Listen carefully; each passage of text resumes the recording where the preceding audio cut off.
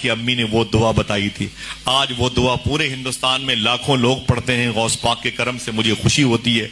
इस दुआ के पढ़ने की वजह से लोगों ने गौस पाक की ज़ियारतें भी कर ली हैं।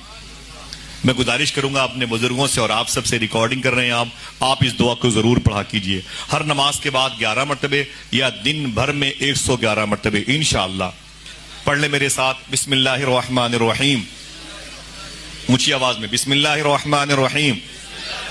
अल्लाहुल काफी कसत्तुल काफी वजत्तुल काफी किफानिल काफी लिकुल्ल काफी व निअमल काफी वलिल्लाहिल हम्द। बस इसे याद कीजिएगा इंशाअल्लाह।